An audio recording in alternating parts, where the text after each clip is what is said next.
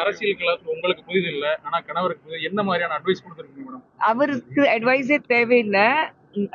எனக்கு பின்னாடி எனக்கு அந்த புரிதல் இருக்கு சொல்றீங்கல்ல, அதுக்கு பின்னாடி வந்து பிரெயின் சைல்டு சுந்தர் சி தான். ஸோ அவர் களத்துல இப்பதான் இறங்கியிருக்காரு. அரசியலுடைய ஆ, ஆ, ஆ, அந்த ஆழம் எந்த அளவுக்கு இருக்கு, எந்த அளவுக்கு நாலேஜ் இருக்கு, அவர் இறங்கி பேசினதுக்கு அப்புறம் தான் உங்களுக்கு எல்லாருக்கும் புரியும்.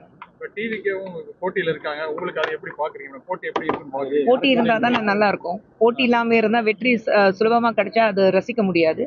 போராடி ஜெயிச்சாதான் அது ஒரு வெற்றிக்கு ஒரு நல்ல நம்ம ஒரு கொண்டாட முடியும். இப்ப இங்க பிடிஆர் பழனிவேல் தியாகராஜன் அவர் போட்டியிடுறாரு. அவர் வந்து ஒரு அரசியல் பாரம்பரியம் கொண்டவர். அவரை எதிர்த்து களம் பண்றது எவ்வளவு டஃப்பா இருக்குன்னு பாக்குறீங்க தேர்தல்? மக்கள் யார் அவங்களுக்கு நல்லது பண்றாங்களோ அது மட்டும்தான் பார்ப்பாங்க. அந்த காலம் போயிடுச்சு. நீங்க வந்து வெறும் குடும்ப அரசியல் மட்டும் பார்த்துட்டு ஒரு பாரம்பரிய அரசியல் இருக்கு அது மட்டும் பார்த்துட்டு மக்கள் வாக்களிக்கிறது இல்லை. யாரும் அவங்களுக்கு நல்லது பண்ணுவாங்க அது நம்பிக்கையோட தான் வாக்களிக்கிறாங்க. அண்ணாமலை தேர்தலில் போட்டியிடல, அதை குறித்து உங்களோட பார்வை எப்படி இருந்தது? ஆனா போட்டியிடும் எல்லாரும் எதிர்பார்த்தாங்க, வரும்னு நினைச்சாங்க, ஆனா வரல. அதுக்கு நான் ஒன்றும் சொல்ல முடியாதுங்க. மேலிடத்துல எடுத்த முடிவு அவங்க தான் பதில் சொல்லணும். இந்த தேர்தல் யாருக்கு இடையில போட்டியா இருக்கு மேடம்? 4 முனை போட்டின்னு சொல்றாங்க. போட்டி எல்லாம் மேடம். போட்டி வந்து நீங்க ஆக்சுவலி மக்கள் மத்தியிலே எல்லா இடத்துலயும் போகும்போது மக்கள் மத்தியில போட்டி வந்து தேசிய ஜனநாயக கூட்டணி அண்ட் திமுக அவ்வளவுதான்.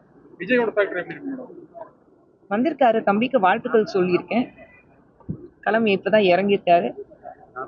மே 4ஆம் தேதிக்கு அப்புறம் பேசினா பெட்டரா. அவரோட அரசியல் தலைவரா அவரோட செயல்பாடுகள் எப்படி பாக்குறீங்க? இன்னமும் அவரோட வரக்கூடிய தொண்டர்களை ஒழுங்குபடுத்தலன்ற குற்றச்சாட்டு வைக்கிறாங்க. அவருடைய ஸ்போக்ஸ் பர்சன் நான் கிடையாதுங்க. அவர் சார்பாக என்னால் பேச முடியாது. என் தம்பி தான். ஸோ அதை நான் ஏற்கனவே சொன்ன மாதிரி என் கணவரும் வந்து ப்ரெஸ் மீட் பண்ணும்போது விஜய் சார் பற்றி அவங்க கேட்கும்போது ஒரே விஷயம் சொன்னார், அவர் விமர்சிக்க மாட்டார். நானும் வந்து என் தம்பி விமர்சிக்க மாட்டேன். நான் மத்திய தொகுதியில் உங்களோட பிரச்சாரத்தை எதிர்பார்க்கலாம். கண்டிப்பாக கண்டிப்பாக நான் இன்னைக்கு அவர் வந்து மனு தாக்கல் பண்ணியிருக்காரு. அவருக்கு சப்போர்ட்டாக ஒரு மனைவியாக நான் இப்பதான் வந்திருக்கேன்.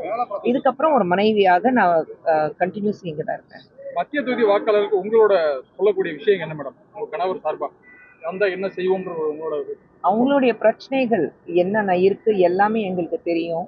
எந்த அளவுக்கு வந்து இருக்கிற அந்த கட்சியில இருக்கிறவங்க ஆளும் கட்சியில வந்து எந்த வேலையும் நடக்கல, அவங்களுக்கு கோரிக்கை வச்சது எதுவுமே நிறைவேற்றல. அது எல்லாமே பார்த்துட்டு சுந்தர் சார் இறங்கினாருன்னா எல்லாமே செஞ்சு கொடுப்பாரு. அது மட்டும் தான் வருது.